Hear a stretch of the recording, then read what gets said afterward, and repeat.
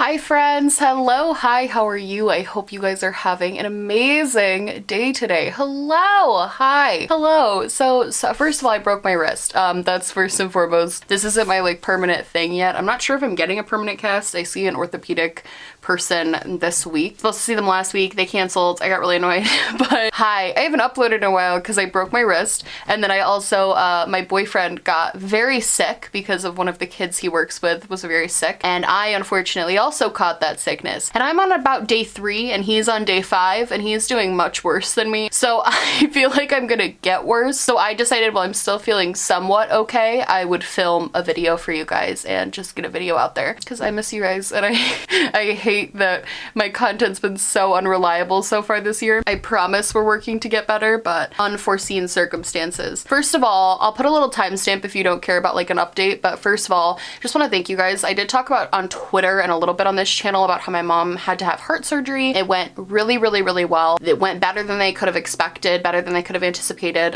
She left the hospital today and she's recovering really well. They're very optimistic that this is going to be a very good thing. So I just want to thank you guys. Anybody who sent like well wishes or good vibes or prayers or thoughts.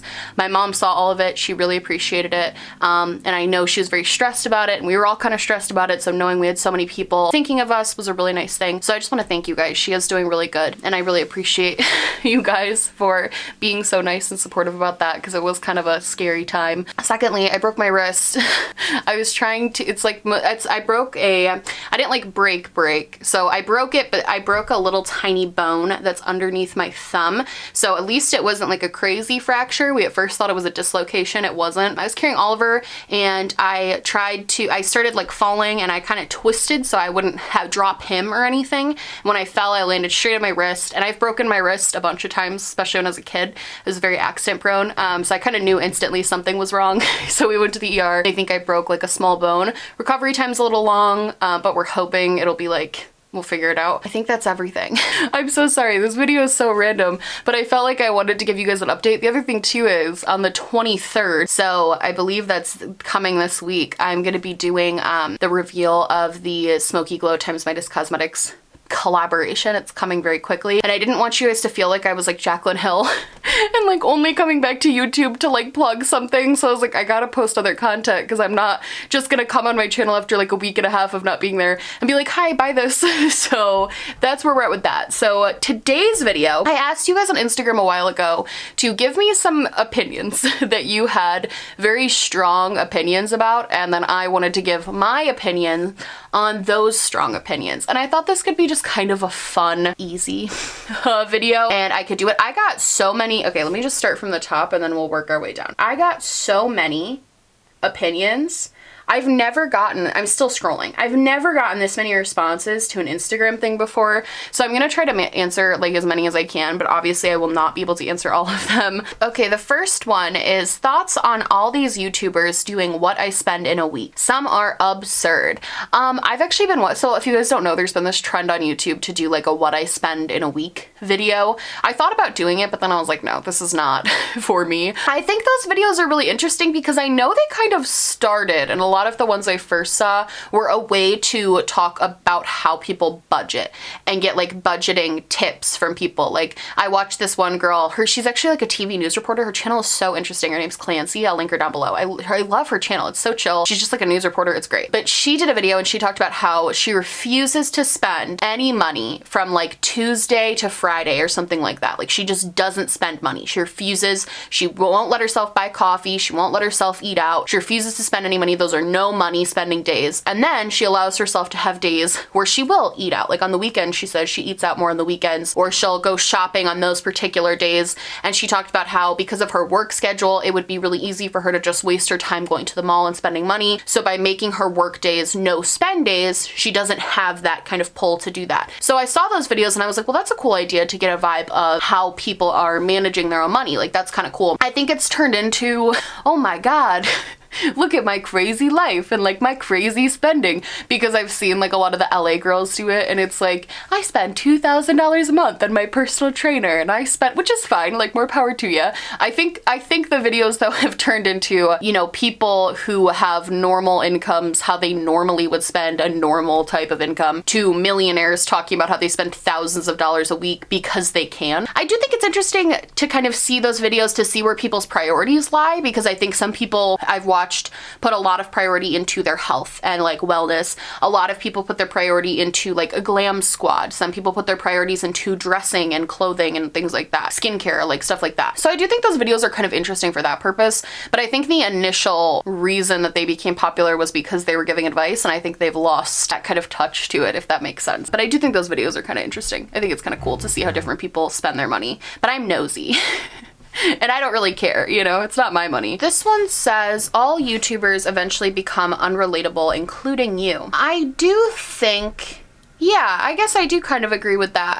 I do think, well, I guess it depends on the YouTuber, because I think if you are able to kind of stay like a small YouTuber and you're just like doing it, you know what I mean? Like, yeah, you're probably still gonna be pretty relatable to the people that are watching you. But I do think the more you grow, obviously there's exceptions to every channel, but the more you grow, the more money you're making. And I think money is a really big factor in relatability. I don't know if everyone's gonna agree with that, but I do. I think it's a really big factor in whether somebody's relatable or not, especially when it comes to producing makeup content, where really the reason you're gonna watch a YouTuber's favorites video is to see what you should buy.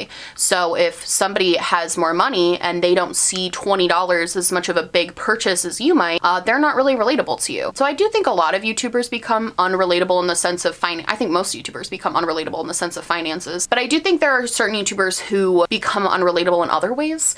Like, I think lifestyle is a big part of that too. I think the first would be like money, and then the second would be like lifestyle. So I think, you know, there's a difference between certain YouTubers who, like, I could name like Jenna Marbles, you know what I mean? I think while she's very rich, like obviously she lives in a freaking mansion in California, I still find her to just be incredibly relatable because her lifestyle didn't turn to this extravagant, crazy lifestyle. Does that make sense? And I think that's something I, as a smaller YouTuber, kind of am striving to do, is not get bogged down in this like crazy, lavish lifestyle, if that makes sense.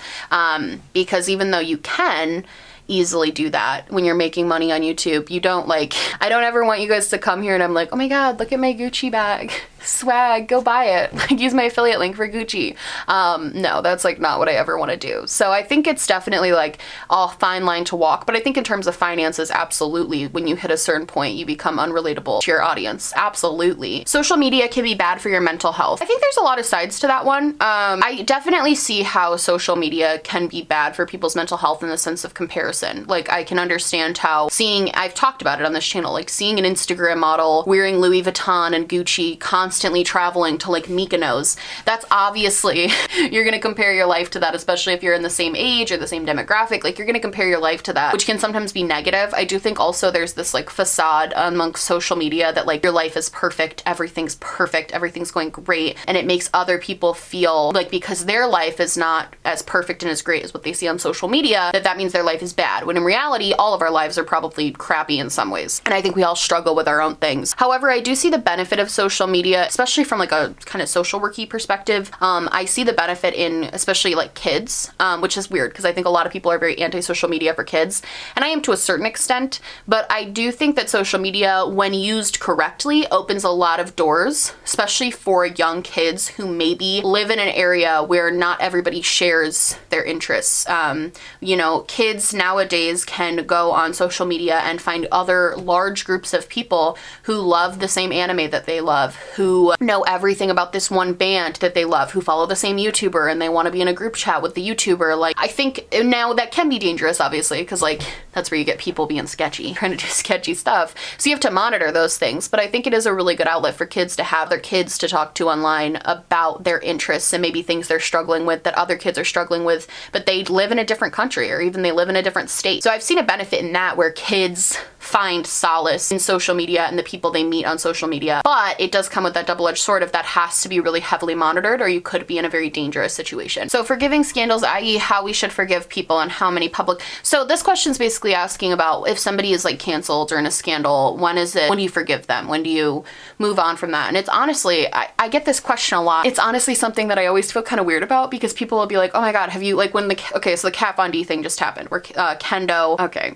I'll tell you the official story and then I'll tell you my conspiracy. Kendo basically released a statement that Kat Von D sold her shares because she was too busy focusing on her other things. She's like a shoe company and like a bunch of other stuff, music career she's doing. She sold her shares in Kat Von D, and they are changing the name and they're rebranding, and she is now no longer having any part in it. She's not getting like royalties for the name, like nothing. Like they completely bought her out. She claims it's because she's too busy. I think that the boycott on the brand because of her anti-vaxxing was actually working, which is like shocking because boycotts never work, but I think it was actually working and made it so that they actually bought her out to try and salvage and save the business. That's my personal conspiracy, allegedly. I have no proof to back that up. It's just what I think. It makes too much sense to not be that. So when that happened, I got a ton of DMs and a ton of people tweeting at me being like, oh my God, are we uncanceling the brand now? Are we buying from Kat Von D again? Like, what are we thinking? And I think it's just everybody's personal decision. I am not like a moral compass for your life. I'm not a moral compass for anyone's life but my own. So if down the line I choose to support them and you don't, that's totally fine. Or if I choose to never support them again just because I don't like it and you do, that's totally fine. I think when it comes to uncanceling or whatever, it's really just a person by person decision of what you're okay with and what you feel comfortable with. Like, for example, a lot of people use Geoffrey Starr as an example of like happened all this time ago and like all of these things. He's changed, like he apologized, like why don't you forgive him? And it's like, I don't have to. You can, and I don't have to, and that's okay. I don't forgive him because I still think he's mean to his fans, and I don't think he's actually changed his bullying tendencies. That's just how I feel. You don't have to feel that way. You can totally buy every freaking Jawbreaker palette that comes out. Like, that's none of my concern or business. And I think that's really the issue sometimes with de-canceling, is if you're not on the same page as another person, then that person gets mad that you're not on the same page as them. Whereas like when it's canceling is happening, everybody's on the same page. Everybody is like, yes, we hate this, we're not supporting this anymore, like screw this, we're all on the same page, so it's great. But then when everybody starts to kind of get over things and forgive at their own pace and kind of, or maybe never forgive, or forgive really quickly, like whichever it may be, when everyone's doing that, people are like angry on both sides. People get mad that people support people. People get mad that people don't support people. And I think at the end of the day, it's just everybody's personal choice. If you see growth and change in a person and you want to forgive them for it's not that deep, forgive them. Go ahead. And like, you don't have to, you know, abide by anyone's, there's no like laws when it comes to this. It's just about bringing awareness, acknowledging the behavior. And then when you think something has changed in your brain, go for it. Or if you don't care at all, that's fine. It's your opinion. I got people on my Two-Faced video being like, I literally don't care that that Jared's sister did this. And it's like, okay, that's fine. You're totally allowed to just not care. Like that's your life. So I think especially when it comes to things that are like social media things, it's just everybody's personal discretion when they want to forgive someone. I might disagree with you, but that doesn't mean I think you're a terrible person or I hate you. And I don't think anybody else should think you're a terrible person or hate you because they like disagree with you. Does that make sense? Oh, I actually disagree with this opinion. Plastic surgery that is not done for medical/transitioning reasons is not body positive. I'm kind of the opinion that like everybody can do whatever they want with their bodies. I do think it gets a little iffy when maybe you get a ton of like fillers and you're a beauty guru. It goes back to social media having unrealistic standards. Like when you get a ton of fillers and then don't disclose that to maybe your young audience who don't have perfect skin like you because they didn't get fillers, I think maybe not disclosing that does get into a little bit of a moral thing where like maybe you should be disclosing the work you've had done. But I think it's completely body positivity to change your appearance if you want to. I think that's like the epitome of body positivity, is that it's your body and you can do whatever you want with it. Yeah, so I guess I disagree with that. I don't see any problem with plastic surgery. Not something I'd personally do, but again, it's just because I'm terrified of like everything. I'd be too scared of something like going wrong, so I would never want to do that unless it was obviously for like a medical purpose or whatever. But like, I don't see a problem with other people doing it, and I don't see it as not body positive. I think you can love your body and want to change things about it. I think that's totally normal. I think the people that do change things about it to love themselves even more, I think that's like, yeah, the epitome of body positivity. Oh, this is interesting. Feminism. I support the idea, however, there isn't that inclusivity that we think there is into the movement. I actually agree with this too. I definitely think feminism is an ever-evolving thing. We're kind of in a new wave of feminism right now. And I'm hoping future waves of future generations definitely provide more inclusion to, number one, the LGBTQI plus community, and also like women of color, because right now, feminist movement is very much based around like white feminism. If you look at what feminists are currently fighting for, there isn't that intersectionality for women of color and women who are in the LGBTQI plus community. And I think it's causing a divide amongst groups that could be working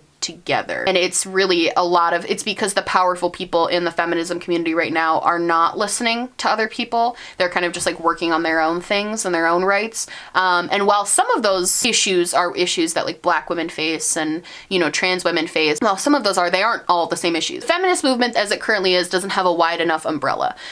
So while I consider myself a feminist, I don't necessarily consider myself a part of like the massive feminist movement that's happening. I would consider myself just like, I believe what I believe. I do have hope though. Working with the younger generation has been super, I know a lot of people are like, oh, I work with the younger generation and we're screwed. Like, I could not disagree more. These kids are so smart. They're so intelligent. They understand things that I did not understand when I was a kid. And they have opinions on a lot of these things. And I think that's because they're growing up in such a tense political climate that they almost have to. But they understand things a lot better than a lot of adults I know. And I have a lot of hope for the future with the kids that I work with. They're absolutely fantastic. And I think they will bring that inclusion and that intersectionality into like new waves of social justice movements. That's what I hope, at least. Oh, this is I agree with this so hard. I get really annoyed when people get mad when a product an influencer recommends doesn't work for everyone. I could not agree more. It should not have to come with a disclaimer that if you have a different skin type to me or a different way of doing your makeup than me, that the product I'm recommending might not work for you. Like, I'm one person.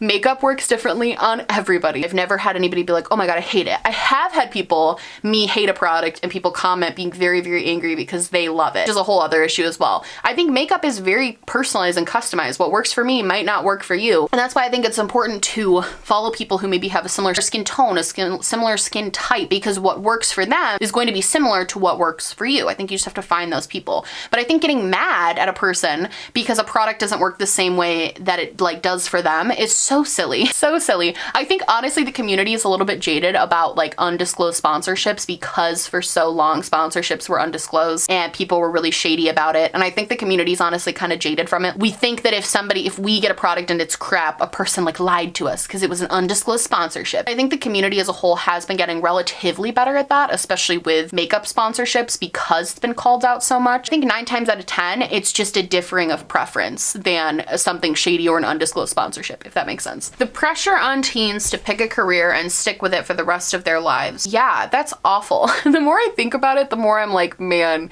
that is so dumb that we're forcing 18-year-olds to choose like at one point what they want to do for the rest of their lives. Like what they do at 18 dictates their entire career path is what they make it seem when you're 18. I think every adult in my life made it seem like if I didn't choose to go to a 4-year college, go for something that was like gonna be lucrative, I was gonna be screwed. And they really made it seem like I was screwed for life. When it didn't work out and I had to leave college and take a break, I felt like I had screwed up my entire life because everybody around me was acting like I had screwed up my entire life. And I think the reality of that situation is, I mean, everybody's different. Like my cousin is in school right now to be a doctor, right?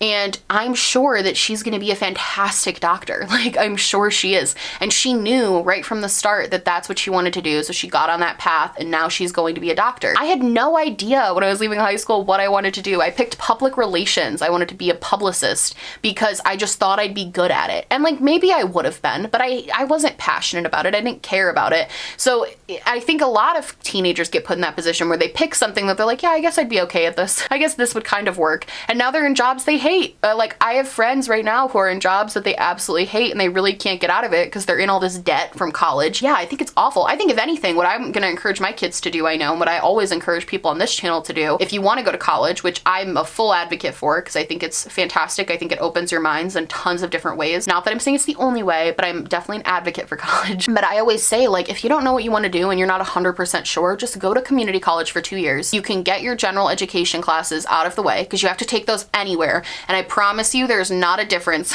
between 4-year private school general education classes and community college general education classes. There's just not a difference. I've taken both at both places. There's no difference, okay? They're both boring because you don't actually want to be taking them in the first place most of the time. I think take those classes and then take a couple of electives and just kind of play around and try to figure out. Maybe take a year off, like do some, like work somewhere if you can, volunteer places if you can. Work, or don't feel like you have to make this crazy stressful decision, because if you start at 21 to your degree and you start at 20, or if you start at 21 at a trade school, you start at 21 at a job you really want. Most of my friends and I, we didn't find out what we really wanted to do till we were like 21, 22, and we're all fine. We're doing fine. Like, yes, I'm graduating later than some of the people I went to high school with, which at times that comparison does kind of get you in your own head a little bit. But I still think it was like the best decision for me. My life journey and where I am now is like exactly where I'm supposed to be because I removed myself from a bad situation and took the time to figure out what I actually wanted to do with my life. People who never admit they're wrong. This one, again, I like kind of get it.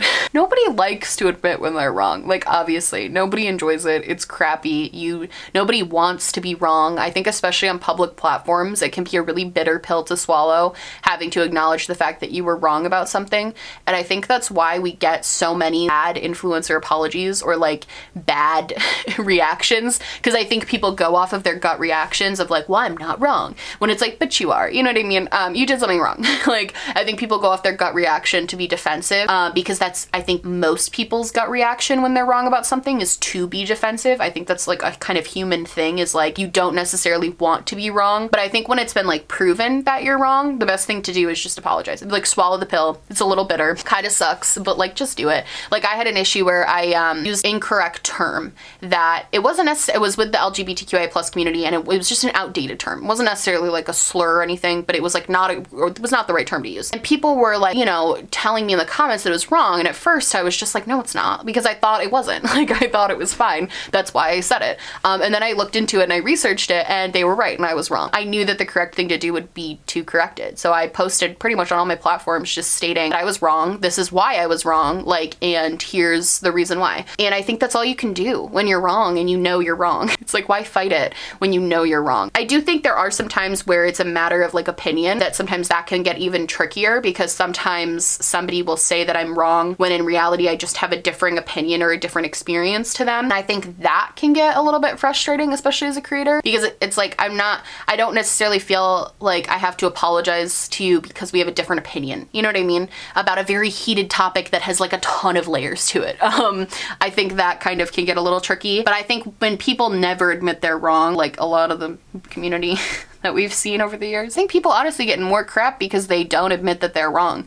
Like, honestly, I think if a lot of these people just admitted they were wrong, they would have avoided so many scandals. But then you get people like Laura Lee, who just cried. Drugs on social media. I once saw Geoffrey telling what his favorite pot is in a favorites video. I think it comes down to personal preference. I'm not a big fan of drug promotion, but I'm also in a very unique situation in my life where I'm like sober, and I just don't really like the promotion of drugs, especially to kids in general. I think stuff like weed where it's legal, fine.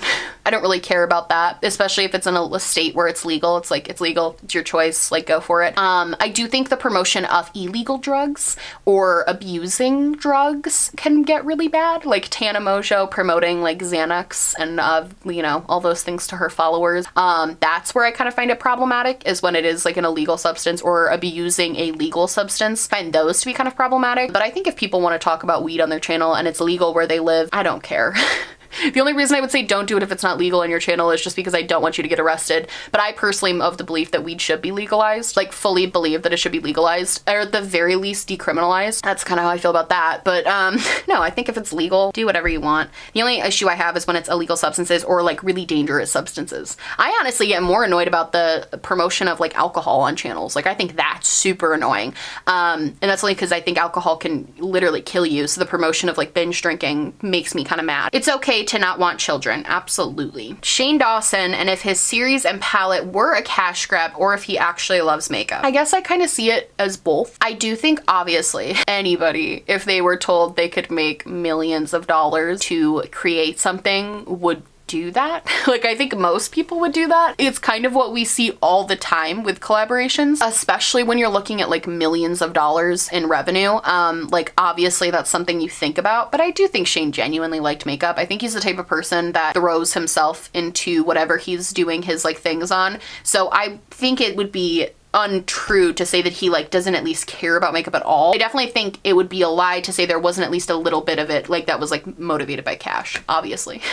Because I think that would be anybody. Well, after I did my reactions to the Shane and Geoffrey series, I definitely like introspected a little bit on my interpretation of it and what other people were saying. And I definitely see the side of it was just kind of a long form commercial. But the way I see it, again, and maybe I'm just being too like whatever, but the way I see it is like that's pretty much every beauty video is like a long form commercial. Every favorites video you've ever watched, every first impressions video you've ever watched had the intention of selling something or wanting you to buy something because another person likes it. So I don't really see the difference in that. Like most things, or even just any videos in general that talk about stuff like that, there is that motivation to sell on a lot of content. So I don't think Shane's series would be like an exception to that. Obviously the motivation was to sell stuff. Yeah, like obviously. Charles said, Oliver is the best boy, T. Somebody said, this is how I'm gonna end. I saw that they said Geoffrey is using the breakup for publicity due to his IG posts. Love to know your opinion. So Geoffrey Starr and his boyfriend broke up. He posted a YouTube video about it. I didn't watch the whole video. I just watched like half of it because I don't know. I think public breakups, I've never been through one, and let's like knock on wood that I don't. But I think a public breakup would be really difficult, and I don't think I have the right information based on like my life story to dictate how a person would react to that or how a person would respond. I don't know if I personally would be as open about something like a breakup if I was that famous. I don't think I would. I think I would want to be a lot more private. I know he's been posting a lot of Instagram stories about it, but I don't think it's like a negative thing. Like everyone handles heartbreak and breakups differently. Everybody kind of talks about things differently and it, you know, expresses those types of things differently. So I don't think it's necessarily for publicity. I think he's just handling it in a way that is kind of foreign because I have no idea how I would react in that situation. But I don't think I would be doing that. But again, I'm a different person. I respond to things and react to things differently. So I don't necessarily think it's for publicity. I think he's probably just hurting. It sucks. I think no matter who you are, breakups suck. So I do feel bad. But yeah, that's it for me. I'm sorry I'm still sick. I'm sorry if my energy is low in this video, but I hope it was entertaining. I would love to know your thoughts on all of these sort of like very opinionated opinions down below. I love you guys so much. I hope you liked this video. If you did, please like and subscribe, or just subscribe, or do neither. Honestly, just so happy you're watching me. Thank you so much for being here. My merch, my social media, and everything I'm wearing on my face will be linked down below, along with a link to register to vote. That's right. You can click on that link. You can register to vote, and you can be part in your democracy. And if you're not from the United States, that link does not apply to you. Please make sure you're staying informed on what's going on locally, statewide, federally, whatever. Just do whatever you can. Use your voice in a positive way because the world absolutely needs more of that. I love you guys so much, and I will see you in the next one. Bye!